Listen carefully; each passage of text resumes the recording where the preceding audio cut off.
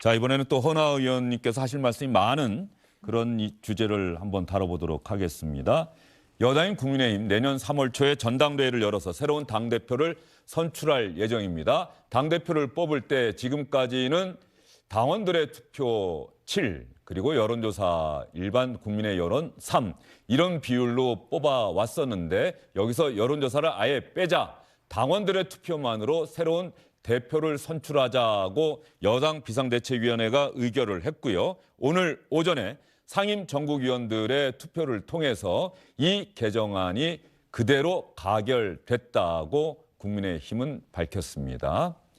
상임 전국위원회 제적 55명인데 39명이 투표에 참여를 해서 찬성 35명, 반대 4명.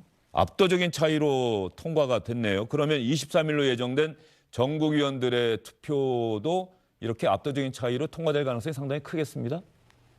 네, 오늘의 결과를 보면 안타깝게도 네. 그렇게 예상이 됩니다만 끝까지 좀 기대를 좀 해보겠습니다. 우선 이러한 결과가 어떤 민심 외면의 어떤 선언이 될까 봐 좀 걱정이 되고요. 제가 이제 지금까지 정치를 하면서 느꼈던 것은 정치라는 것은 신뢰의 문제이고 또한 인식의 문제라고 생각을 하는데 제가 3년 전에 국민의힘 이제 당시 미래통합당의 인재영입을 받았거든요. 그래서 인재영입 제안을 받았을 때 요청하셨던 부분이 국민들의 사랑을 받을 수 있도록 우리 당의 이미지를 쇄신해달라라는 것이 요청사항이었습니다. 근데 지금 당이 오히려 반대로 가고 있는 것은 아닌지, 퇴행하고 있는 것은 아닌지, 그러니까 3년 전보다 그리고 18년 전에 저희가 이러한 7대3 룰을 결정했을 때보다도 더 퇴행하고 있는 것 같아서 마음이 아프고요. 국민들로부터 이 멀어지고 있다라는 그 인식, 그리고 국민을 대변하지 못할 것 같다라는 그 인식이 고착화될까 봐 너무나 고민이 됩니다. 민주당 같은 경우도 지난번에 이재명 대표가 당대표가 될 경우에 그때 됐을 때 여론조사 비율을 그 이전보다 확대해서 25%로 확대했다 이런 이야기가 있었는데 맞습니까? 네, 그러니까 아마 모든 정당이 그럴 예. 것으로 생각이 됩니다. 당심과 당원들의 목소리와 민심의 목소리를 어떻게 조화롭게 반영을 할 것인가라는 부분인데요. 아무래도 이제 정당은 같은 가치와 이념을 가진 사람들이 이제 함께 하는 것이기 때문에 당원들의 목소리를 소중하게 들어야 됩니다. 그런데 이제 또 이게 특정한 어떤 당원들의 목소리만 너무 커지게 돼버리면 또 민심과 또 괴리해야 되는 그런 문제가 있기 때문에 가능하면 지금의 방향은 민심을 조금 더 넓게 반응하자라는 것이 저희 정당 내의 목소리라고 보입니다. 그런데 이제 이번에 국민의힘에서 이렇게 당원 100%로 하겠다라고 하는 것은 사실은 모든 사람이 다 알고 있지 않습니까? 윤석열 대통령이 원하는 대표를 뽑기 위해서 결국에는 지금 윤석열 대통령이 원하는 대표가 1위가 안 나오다 보니까 대통령이 원하는 당대표를 만들기 위해서 지금 그렇게 하고 있는 것이 너무나 명확하고 과연 그렇게 했을 때에 국민의힘이나 그리고 국민의힘을 넘어서서 우리 정치, 여의도 정치가 건강하게 갈 수 있는가라는 문제가 있기 때문에 아직은 확실하게 100% 결정된 것은 아니라고 한다면 다시 한번 토론을 해서 국민의힘이 조금 올바른 방향으로 결정을 해주는 게 저희 당에도 좋을 것 같습니다.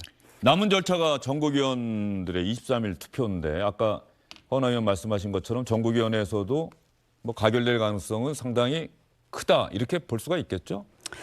네, 좀 그렇게 예상이 돼서 좀 가슴이 아픈 상황인데 그 18년 전에 사실 그 노무현 대통령 탄핵 역풍으로 네. 저희가 그 당원 투표의 30% 여론조사를 하기로 했던 거 아니겠습니까? 근데 당시 그 박근혜 대표 때 중도 외연 확장을 하겠다라고 하면서 룰을 만들었던 거거든요.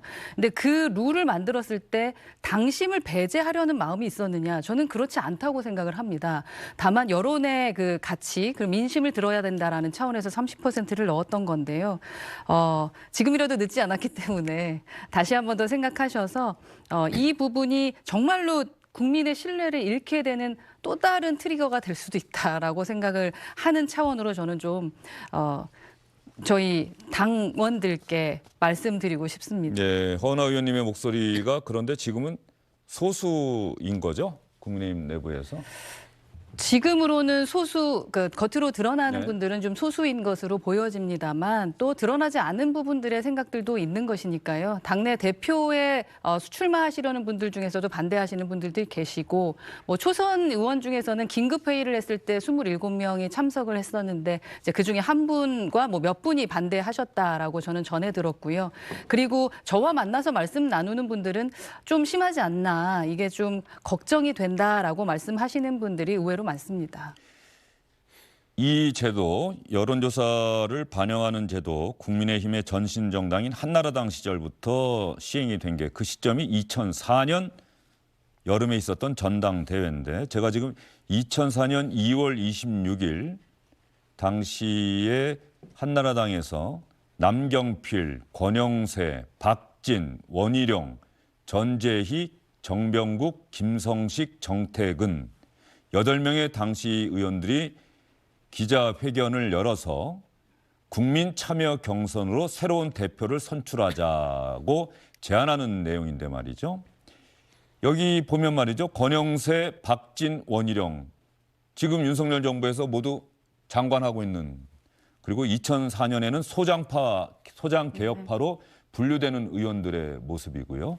예, 그 시절의 모습인데요. 당시에도 공천 문제나 이런 경선 룰 문제를 놓고 여러 가지 당 내부에서 저런 갈등이 상당히 많았었습니다. 저희가 자료화면을 잠깐 여러분께 보여드렸는데요. 이 본질적인 부분은 2004년 2월에 권영세, 박진, 원희룡 지금의 3명의 장관을 비롯한 당시 소장개혁파 한나라당 의원 8명이 국민 참여 경선으로, 즉 일반 국민의 여론을 반영하는 여론조사까지 포함해서 새로운 대표를 선출하자고 제안을 했고요.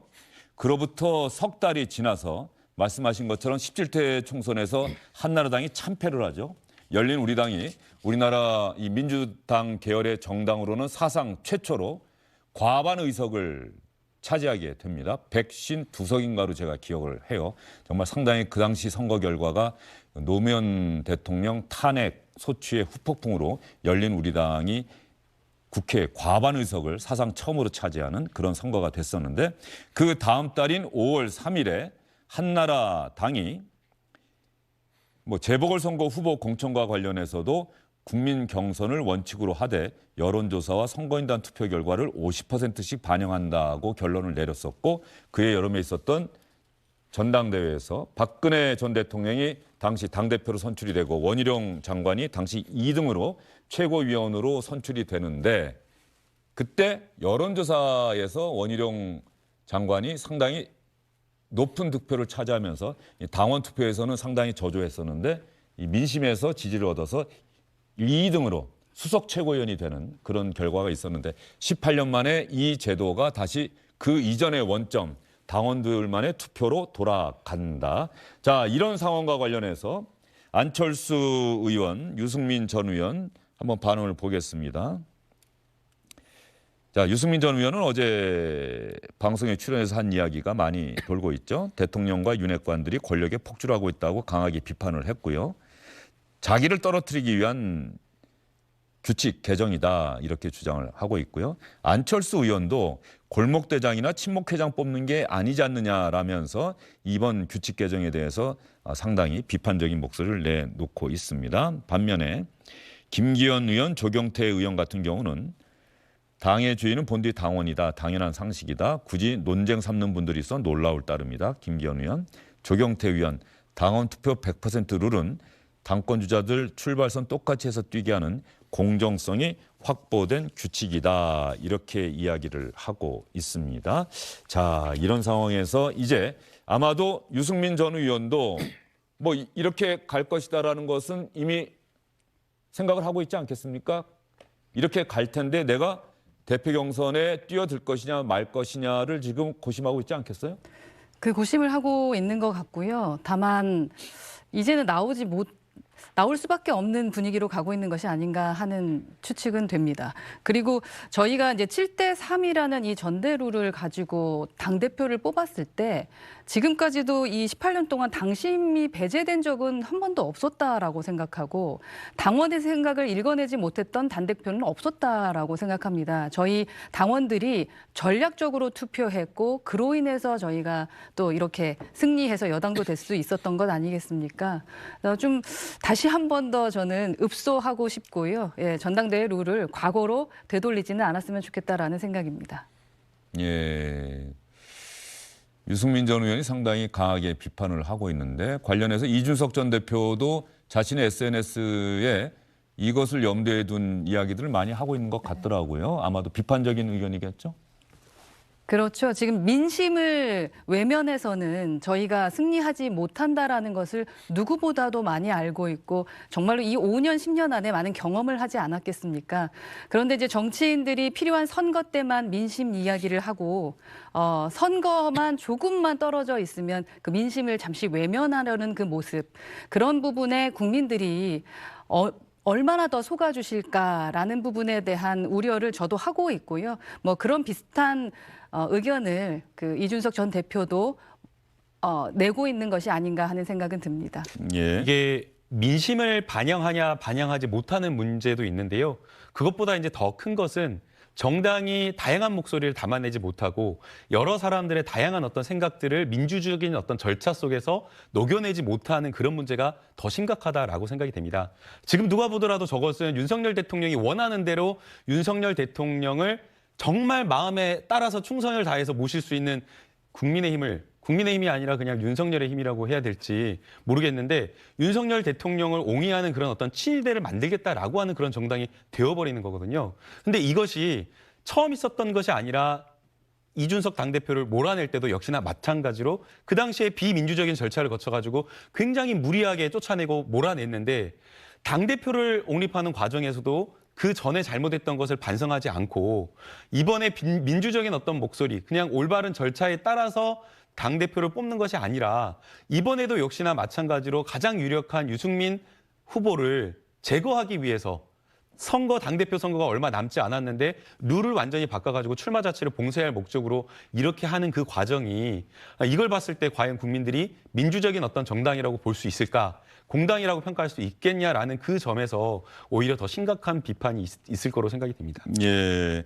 어쨌든 국민의힘은 당원 투표 100%만으로 대표를 선출하겠다. 그리고 1차 투표에서 과반 득표를 하는 후보가 없을 경우에는 결선 투표를 실시하겠다. 그러면 또 다른 후보들 사이에 합종 연행이 또 가능한 그런 상황도 이루어지게 되겠고요. 그리고 또 하나는 국회의원 선거나 대통령 선거에 나설 후보를 선출할 때 여론조사, 그때는 여론조사도 반영하는데 이 여론조사를 실시할 때 이른바 역선택을 방지하는 조항을 포함시키겠다 이렇게 이야기를 하고 있어요. 즉 민주당을 지지하는 사람들이 국민의힘의 여론조사에 참여를 해서 민주당 측에서 볼 때 상대적으로 경쟁하기가 쉬운 후보를 지지해서 그 후보가 국민의힘 후보가 되도록 하는 이걸 막겠다라고 하는 취지겠죠? 네, 그걸 막기 위해서 여러 절차와 시스템을 만들어가고 있는데 그 부분에 대해서 이렇게 동의하기 좀 어렵고 기본적으로 이제 이해하기 어려운 부분이 있는 것은 사실입니다. 그리고 이제 결선 투표제 같은 경우도 사실은 그 제도 자체가 문제가 있다고 생각하지는 않습니다. 무언가 이제 문제점을 없애기 위해서 과반수 이상의 찬성을 얻은 사람이 당권을 가져갈 수 있기 때문에 진행하고자 하는 그 마음은 알겠습니다만 시점을 이해하기가 어렵다는 거죠. 만약 그 부분이 필요하다면 지금이 아니라 아니면 선거 6개월 전이든 1년 전에는 이야기를 하셨어야 되는 것이 맞지 않을까 하는 생각이 들고요. 이제 이런 식으로 진행이 자꾸 되다 보면은 우리가 생각하는 다수 후보들에게 아무래도 도움이 되는 그런 결과가 될 수밖에 없다. 그러니 민주당에서도 자꾸 이제 프레임을 걸어서 윤심의 어떠한 선거다라는 식으로 자꾸 만들어가고 있는데요. 저희가 일부러 이렇게 괜한 오해를 받을 필요는 저는 정말로 없다고 생각을 합니다. 그리고 합종 연행식의 어떠한 선거로 단일화가 될 것이다라고 하는데 이렇게 저희 결선 투표제가 된다 그러면은 1, 2차 선거 한 다음에 순차적으로 단일화하면서 정말로 만들고 싶은 후보를 또 대표로 만들 수도 있는 그런 지금 상황인 것 같기는 합니다. 이러한 것들을 많은 사람들이 비판하고 있다면 우리 당원들께서는 한 번쯤은 더 한 번 들여다보고 우리가 18년 동안 해왔던 것에 정말로 문제가 있는지에 대한 그런 것들을 좀 찾아보시면서 당을 위한 결정을 좀 해주셨으면 좋겠다라는 생각입니다. 네, 허은하 의원은 기본적으로 반대하시는 입장을 계속해서 또 이야기를 하고 네. 계시기 때문에 당 지도부의 생각은 당원들이 이제 100만 명이 됐다. 책임 당원만 해도 100만 명이면 이 100만 명 당원 시대에는 그 당원들만으로 투표를 하더라도 민심까지 충분히 반영되는 것 아니겠느냐 이런 논리를 내세우고 있다는 이야기를 제가 또 대신 할 수밖에 없네요. 허은하 의원께서 계속해서 이 당 지도부 국민의힘의 상임정부위원회에서 통과시킨 안에 대해서 또 비판적인 의견을 주고 계시기 때문에 뭐 어쨌든 상당히 답답하신 모양입니다. 네, 지금은 뭐 비판을 해야 예. 될 시점인 것 같습니다. 예. 아직은 결정된 바가 없기 때문에 결정이 되고 나면은 저희가 따를 수밖에 없겠습니다만 결정하기 전에는 저희가 목소리 낼 수 있을 만큼 목소리 내는 것이 자유민주주의 그리고 저희 공당이 해야 될 일이라고 생각을 합니다. 유승민 전 의원은 출마할 걸로 예상하세요? 저는 지금의 흐름이 출마하지 않으면 안 되는 상황이 되고 있지 않나 하는 생각을 합니다. 예. 당원들의 대표를 뽑는 것, 정당의 대표는 당원들의 대표죠. 그 정당의 대표이기도 한데 여론조사를 반영한 것은 제 기억에 공직 후보로서는 아마 2002년에 민주당에서 새천년 민주당에서 국민참여 경선을 처음으로 실시를 하면서 당시 당심에서 앞서고 있었던 이인재 후보 그런 평가를 받았었는데 민심에서 앞섰던 노무현 후보가 최종적으로 대통령 후보가 되는 일이 있었고 거기에 충격을 받은 당시에 한나라당에서 2002년 대선이 끝나고 2004년 전당대회 때부터 우리도 국민참여 경선 방식으로 새로운 당대표로 뽑고 대통령 후보도 뽑고 국회의원 후보도 뽑자 이렇게 따라가서 국민의힘의 경우에는 한 18년 동안 그 제도가 네. 꾸준히 유지가 되어 왔었는데 이번에 당원 투표 100%로 경선 규칙이 바뀌게 됐다. 바뀌게 될 가능성이 대단히 커졌다. 이번 주 금요일에 최종적으로 그 절차가 마무리될 것이다라는 이야기 여러분께 전해드리도록 하겠습니다. 자, 민주당 이야기 이번에는 또 김남국 의원이 하실 말씀이 많을 것 같은데 민주당의 친명계, 비명계가 존재하는 거죠? 솔직히 한번 말씀해 보시죠. 예. 네, 언론에서 그렇게 분류를 좀 하고 있는 예. 것으로 알고 있는데요. 뭐 이재명 당대표가 여의도 정치에 들어온 지 얼마 되지 않았기 때문에 뭐 친명이다, 비명이다라고 이렇게 분류하기에는 좀 쉽지는 않을 것 같고요.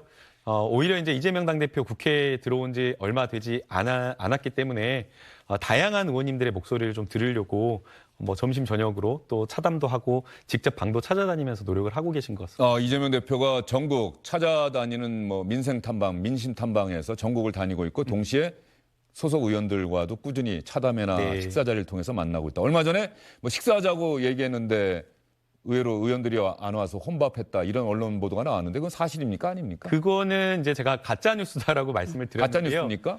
예, 이제 친명계에게 밥 먹자고 했는데 친명계조차 밥을 안 먹는다고 하면서 그래가지고 이제 파토가 났다라는 그런 보도가 되었는데요. 우선은 제가 어떻게 보면 친명계라고 볼 수가 있을 텐데 저도 그런 경우가 없어서 저한테도 그런 일이 있었는지 없었는지 모르는데 비명계가 그거를 잘 알고 있다라는 것 자체가 좀 이상하고요. 그리고 친명계냐 비명계냐 이걸 떠나서 네. 뭐 당대표가 아니다고 하더라도 어떤 의원이 뭐 편하게 술 한번 하시죠. 뭐 점심이나 식사 한번 같이 하시죠라고 했을 때 나 너 싫어라고 하면서 안 먹는다라고 하면서 이렇게 비토할 의원들이 있을까? 아마 그런 속 좁은 의원님들이 없을 거라고 생각이 되고요.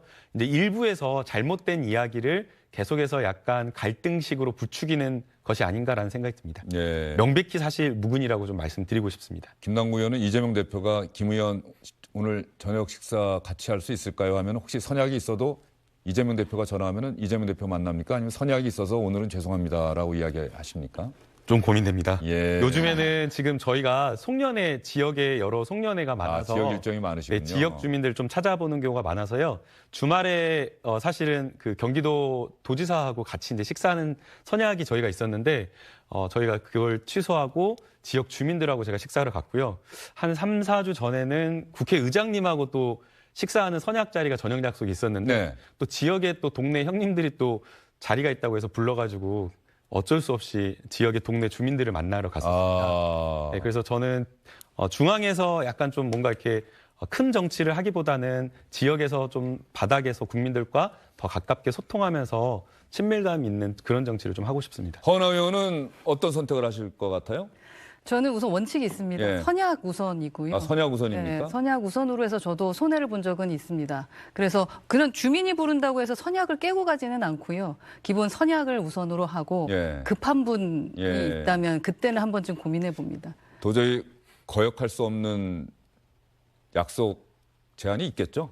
그럴 지금도. 경우에는 예. 제가 여쭤봐요. 예. 그 선약하신 분에게 예. 여쭤보면은 답을 주시잖아요. 예. 근데 답변을 딱 보면은 느낌이 있고 예. 그래서 그냥 알겠습니다. 선약을 웬만하면 지킵니다. 알겠습니다. 자, 김남국 의원이 이 화면 보시고 나서 김남국 의원이 좀 답변하셔야 될 것 같은데 이상민 의원 그리고 서른 의원 아마도 민주당 내에서 비명계다 이렇게 언론에서 분석을 하고 있는 그런 정치인들인데 이재명 대표의 이른바 사법 리스크와 관련해서 당대표 사법적 의혹에 당이 한묶음돼서 시선을 받고 있다. 차단하기 위해서는 이재명 대표가 대표직에서 물러나는 수밖에 없다. 지금 민생에 집중할 게 아니라 이재명 대표는 사법적 의혹을 벗어나고 무고함 밝히는 데 집중해야 한다. 서른 의원, 이재명 대표가 결백하다면 당이 곤란한 처지에 빠지는 걸 막기 위해서 대표직을 내려놓는 것이 지금으로서는 최선이다. 중진 의원들, 5선, 4선의 중진 의원들이 공개적으로 저런 이야기를 하고 있다. 당의 전체적인 기류는 이번 수사는 민주당을 탄압하기 위한 수사인 만큼 민주당이 총력 대응해야 한다라고 나오고는 있지만 민주당 내부에서 이른바 비명계 중진 의원들이 공개적으로 이재명 대표 이쯤 됐으면 대표직을 내놔야 그것이 당을 위한 길이 아니냐 지금 이런 이야기를 하고 있어요. 이제 뭐 서른 의원님이나 이상민 의원님 같은 경우는 왠지 이재명 당대표가 임기를 다 마치고 내려왔는데도 사퇴하라고 할 것 같은. 예. 이제 아마 그 일부 의원님들이 당대표가 가진 공천권을 과거에 보면 굉장히 사천이라고 해가지고 자신들의 계파에게 유리하게 공천을 주는 경우가 상당히 있었던 것으로 알고 있습니다. 그래서 이제 그것을 우려해서 혹시나 또 불이익을 받는 거 아니냐라는 그런 걱정과 두려움 때문에 저런 어떤 이야기를 하는 것 아닌가라는 생각을 하는데요. 저희가 이해찬 당대표 그때부터 시스템 공천이라고 해서 공천과 관련되어서는 아주 엄격한 원칙과 룰이 공정하게 성립되어 있기 때문에 벌써부터 지금 뭐 공천과 관련된 이야기를 걱정해서 저렇게 내려와라라고 이야기하는 것 자체가 저는 적절하지 바람직하진 않다라고 보입니다. 또 특히나 지금 이재명 당대표에 대해 수사가 나오고 있는 것을 보면 김용 부원장과 정진상 실장 공소장을 보게 되면 공범관계를 법률적으로 적시를 하지 못했습니다. 지금 검찰에 여러 가지 수사를 하고 있지만 명백하게 이재명 당대표를 죽이겠다라고 하는 그 정권에 그 아주 의사가 노골적으로 보이긴 하지만 그럼에도 불구하고 법률적인 내용을 봤을 때에는 공범관계를 전혀 설시하지 못하고 있고 나오는 이야기를 보면 남욱이나 유동규 이야기를 통해서 간접적으로 전해 들었다라고 이야기를 하면서 그럴 것이다라는 추정에 불과한 이야기를 하고 있기 때문에 지금 현재 당내 주류의 의견은 이 정도로는 당대표에게 뭐라 하기가 어렵다라는 것이 주류의 평가라고 저는 생각이 됩니다. 예, 김남국 의원은 또 그렇게 이야기를 해주셨고요. 민주당 이야기이긴 합니다만 허은하 의원은 또 어떻게 생각하십니까? 멀리서 보면 참 잘 보이는 것 같습니다. 아마도 민주당에서 저희 당내 전대 룰에 대해서 객관적인 말씀들을 좀 잘 해주시는 것 같더라고요. 마찬가지로 저도 지금 이재명 대표에 대한 그 평가들을 민주당 의원들이 하시는 거 보면서 참 안타까운 생각이 많이 듭니다. 우선 사법적 리스크가 있는 대표라는 건 누구나 알고 있었던 것이고 이건 뭐 친명과 반명의 문제가 아니라 당원들에 대한 기본적인 예의의 문제인 것 같다라는 생각이 드는데 지금 이제 뭐 여하튼 갈라치기 하려는 것에 대해서 그래서 어떻게든 본인은 그 위험에서 좀 빠져나가고 싶어 하는 분들도 좀 계시는 것 같고요. 또 끝까지 뭐 의리를 지켜서 이재명 대표를 보호하려고 하는 마음은 알겠습니다만 그분들만을 위한 당은 아닐 것 같습니다. 민주당도. 기본적으로 더불어민주당에 당원들이 계시니 그 민주당의 미래를 위해서라도 이제는 좀 객관적으로 좀 판단해 주시는 것이 좀 필요한 순간이 아닐까 하는 생각이 듭니다. 그 부분은 너무 감싸 안으려고 하는 것보다는 이제는 조금 좀 놔줄 때도 되지 않았나 하는 생각이 듭니다. 당대표 선거가 치러졌을 때 지금보다 더 극심하게 비명계 의원들이 비토하고 언론에서도 사법 리스크 운운하면서 국민의 민심을 들어야 된다라고 이야기를 하면서 반대를 했었습니다. 그런데 전당대회 결과 77.7%, 네. 당심도 압도적이었죠. 압도적이었습니다. 당심도 그랬고요. 민심도 압도적이었기 때문에 국민의 뭐 어떤 민심이다. 당원들을 걱정해서 이재명 당대표 사퇴해야 된다라고 이야기하는 것 자체가 저는 논거가 없는 허구적인 근거를 가져다 이야기하는 거 아닌가 이렇게 생각이 들고요.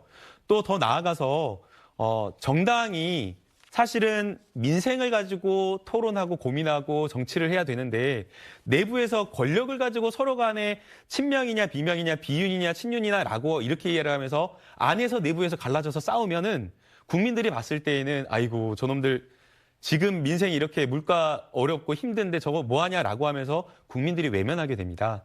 그래서 저는 어떤 우리 당에 쓴소리하는 것도 좋지만 내부에서 얼마든지 의총해서 이야기할 수가 있습니다. 그런데 자꾸만 저것을 작은 목소리인데 저게 일부의 개인 의견에 불과한데 마치 저게 당이 어떤 갈등이 있는 것처럼 밖에 나가서 떠드는 것 자체가 바람직하지 않다라고 보이고요. 오히려 그런 어떤 갈등과 이견이 있을 수는 있지만 그러한 갈등과 이견을 토론하고 이야기하고 얼마든지 좋은 합리적인 방안을 찾을 수 있지 않겠습니까? 그래서 오히려 더 통합과 단단하게 뭉쳐서 가야 될 때라고 저는 생각이 됩니다.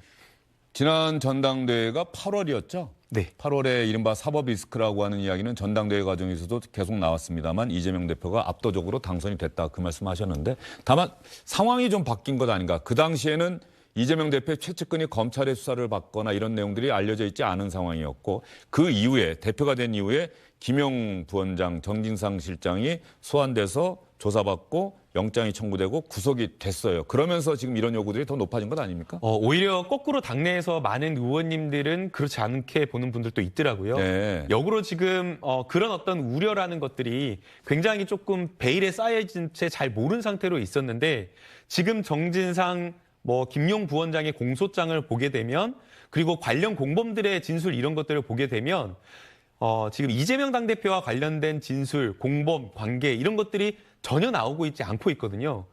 지금 여기 허은하우님이나 이런 정치 평론하시는 분들 잘 아시겠지만 정말 그런 어떤 사업 공동체, 이익 공동체로서 돈을 나눠 먹을 정도의 사람이었다라고 한다면 이재명 당대표가 성남시장 시절에 후보 시절에 김만배라든가 남욱이라든가 이런 사람들 만나면서 밥도 먹고 굉장히 사업적으로 가깝게 붙어 있어야 되는데 아예 만나지도 않고 그리고 그들의 녹취록을 보더라도 시장에서 이거 알면 큰일 난다라고 하면서 이러한 여러 가지 사업 진행과 관련된 것을 이재명 대표에게 알리면 안 된다라는 것을 자기들끼리도 룸살롱 그런 어떤 모의할 때 이야기하고 있기 때문에 지금 오히려 이재명 당대표의 관련성이 더 적극적으로 부인되고 있다, 나오지 않고 있다라고 이렇게 평가하는 게 맞을 것 같고요. 그리고 이제 남욱이라든가 유동규 씨라든가 네. 이런 분들의 진술이 피해 사실이 공표가 되고 있습니다.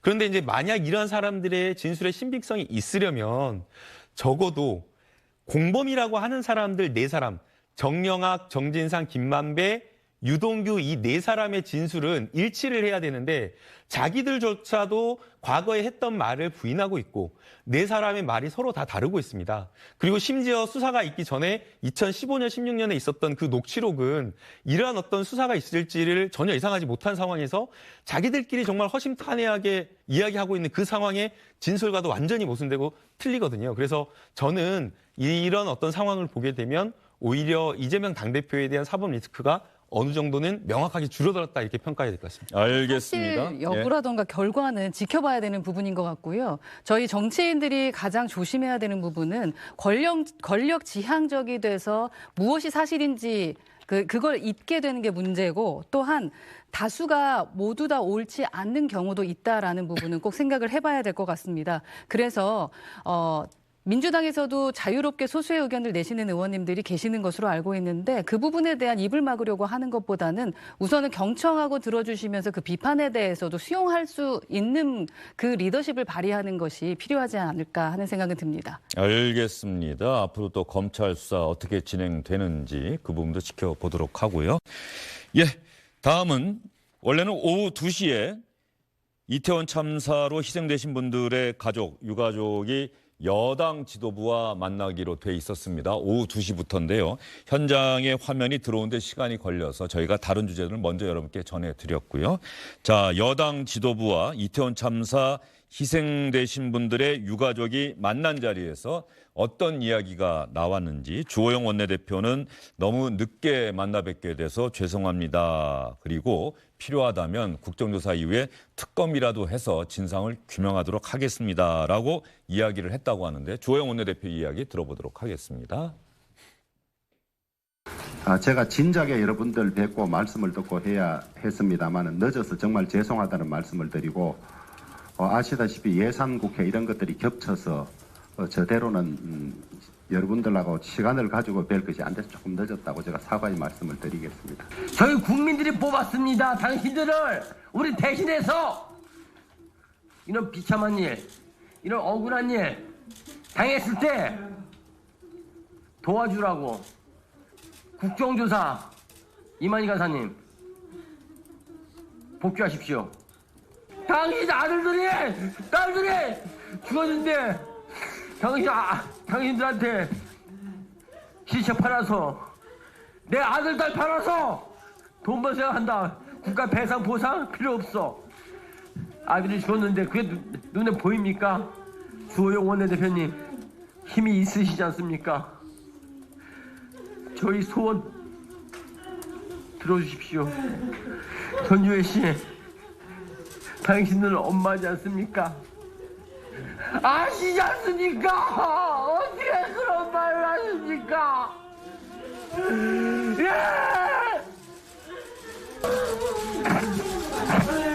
제발 부탁드립니다. 내일 원내 복귀하시고. 네, 이태원 참사 희생자 가족분이 상당히 격앙된 반응. 국정조사에 제발 빨리 복귀해 주십시오. 그리고 어떻게 여러분들도 자녀가 있을 텐데 여러분들의 자녀를 바라서 돈 벌 생각을 한다. 이런 취지의 이야기를 할 수가 있겠습니까? 저희는 배상도 필요 없습니다. 국정조사 빨리 복귀해 주시고 진상규명, 책임자 처벌 이렇게 또 이야기를 했네요. 좀 여당이 희생자 가족분들 만나는 게 많이 늦었다. 주호영 원내대표도 그렇게 이야기를 했는데 많이 늦었어요. 네, 많이 늦었습니다. 그래도 주호영 원내대표가 저렇게 사과하시고 안아주실 수 있는 그런 자리였어서 지금 화면 보면서 참 다행이다 싶고요. 부모의 마음, 부모에게 자식이 어떤 존재인지는 부모가 잘 압니다. 지금 유족분들께서 원하는 것은 분명 그 어떠한 보상이 아닐 것이다라는 것을 지금 영상에서도 알 수 있을 것이고, 여당은 정치적인 어떤 유불리를 떠나서 빨리 최우선적으로 유족의 마음을 보다듬어 드리고, 그리고 그들의 그 생각과 요구사항을 좀 들어드려야 되는 것이 급선무가 돼야 될 것 같다라는 것이 제 생각입니다. 지금 국정조사는 야당, 민주당이 주도하고 야3당 단독으로 어제 시작이 됐고 내일 아마 현장 조사하겠다고 우상호 특위위원장이 밝힌 것 같던데요. 네, 45일 국정조사 기간 중에 이미 상당 기간이 다 흘러버린 상황입니다. 20일이 채 안 남았죠. 예, 그래서 10개월 정도밖에 안 남은 그런 상황이고요. 그래서 더 이상 남은 야3당이 가만히 그대로 있을 수는 없다라고 하면서 어제 이제 회의를 시작을 했고요. 국정조사 일정과 관련된 부분은 모두 다 일정과 관련된 거는 끝났고, 그 다음에 기관 증인과 관련된 부분도 정리가 되었습니다. 다만 이제 안타까운 것은 여기에 이제 총리도 당연히 국정조사 대상에 포함이 되어야 되는데 지금 보이콧을 하고 있는 상황 속에서도 국민의힘이 장외에서 국무총리는 빼달라라는 이런 요구를 하고 있는 겁니다. 유가족 만나는 것도 늦었고 국정조사를 이렇게 파행으로 몰고 가는 것도 책임 있는 여당의 자세가 아닌데 회의에 참석하진 않으면서 권력자들만 보호하려고 하는 이상민 장관이나 아니면은 국무총리나 이런 사람들만 보호하려고 하는 모습을 보이고 있어서 조금 안타깝다라는 생각이 듭니다. 예. 자, 여당 지도부와 이태원 참사 희생자 가족분들이 만났는데 가족분들의 이야기 한 분의 말씀을 더 들어보도록 하겠습니다. 남편을 잃으면 바보라고 하고 부모를 잃으면 고아라고 한대요. 자식을 잃은 사람은 뭐라고 부를까요? 우리는 그래서 우리들끼리 유가족이라고 불러요. 저는 가영이 엄마였거든요. 근데 20년 동안 가영이 엄마였는데 가영이 유가족이 됐어요. 우리는 아이의 마지막을 누구도 알지 못해요. 158개의 죽음이 있는데 아무도 내 아이의 마지막을 아는 사람이 없어요. 네, 부모님들의 마음은 다 같으시겠죠. 왜 이런 죽음을 내 아이가 맞이할 수밖에 없었는지, 왜 이런 일이 벌어졌는지라도 알고 싶다. 그 말씀을 이야기하시는데 아마 다른 유족분들도 함께 흐느끼시고 저런 요구들, 저런 유가족들의 마음과 바람 이런 것들을 여당이 적극적으로 수용을 해서 또 국정조사 앞으로 또 특검 이야기도 아까 주호영 원내대표가 이야기했는데 네. 여당이 또 그런 부분들을 더 주도적으로 해야 할 책무가 있지 않을까 이런 생각이 듭니다. 네, 맞는 말씀입니다. 저희가 더 주도적으로 해드려야 되고요. 어떠한 편견이라던가 어떠한 것을 지금 저희는 들이밀어서는 안 되는 상황입니다. 유가족의 마음, 아이를 잃은 부모의 마음, 그 마음만 생각하면서 저희가 다가서야 될 것이고 그렇게 하도록 노력하겠습니다. 예. 그리고 아까 처음에 유가족 대표분께서 말씀하신 고 이재한 씨의 아버님께서 말씀하신 내용들 중에 왜 우리 그 아이들을 이용해서 우리가 마치 돈을 벌려고 하느냐 이런 식의 이야기들을 왜 여당에서 그런 이야기가 나오느냐 상당히 강하게 비판도 하셨는데 이게 아마 김상훈 의원이 어제 비상대책위원이 어제 한 이야기 허은하 의원도 들으셨죠? 기사 보셨죠? 네. 예. 그래서 그 말에 앞뒤에 맥락이 있을까 이런 것들도 좀 살펴보면서 이해해 보려고 노력은 했습니다만 이 부분은 국민과 유가족께 정말 송구하고 면목이 없다라는 말씀밖에 드릴 게 없다. 제발 이런 일이 다시는 있지 말아야 될 것 같고요. 그리고 여튼 입이 10개라도 할 말이 없다. 일부 무책임했었던 사람들에 의해서 유족과 국민 고통을 더 깊게 하는 일이 다시는 없었으면 좋겠습니다. 예. 김상훈 의원이 참사 영업이라는 표현을 썼고요. 예. 그래서 이 부분이 논란이 되자 추모의 뜻도 당시에 분명히 저는 밝혔습니다라고 하면서 정부와 유족 사이에 시민단체가 이 유가족 협의회에 함께해서 시민단체들이 정부와 유족 사이에 차단벽을 세우는 것을 우려해서 한 발언이다라고 하는데 저 발언의 취지를 이해하더라도 굳이 이렇게 158분의 가족들이 큰 슬픔에 아직도 잠겨 있는 상황인데 이런 이야기를 꼭 해야 될까라고 하는 비판이 아마 당 내에서도 오늘 허은하 의원도 그렇게 비판하신 거 아닙니까? 그렇습니다. 네. 지금은 이제 우리 모두가 좀 걱정하고 또 가슴 아파했던 참사에 대해서 원인을 파악하고 다시는 그런 일이 없도록 국가 시스템을 뿌리부터 이렇게 정비할 때고요. 유족의 그 고통을 저희는 아무리 이해하려고 해도 이해할 수 없을 겁니다.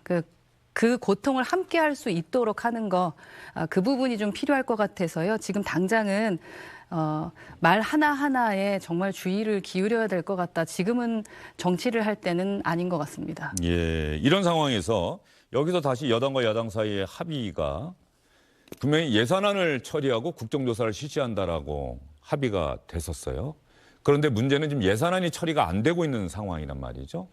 그러니까 민주당에서는 여당이 국정조사를 어떻게 해서든 최소화하거나 하지 않기 위해서 예산안 처리를 끌고 있다고 주장을 하고 있는 것이고 여당에서는 야당이 국정조사를 하겠다는 의지를 내세우고 있지만 정작 그 합의의 전제 조건이었던 예산안 처리에 아무런 협조를 하지 않고 있다.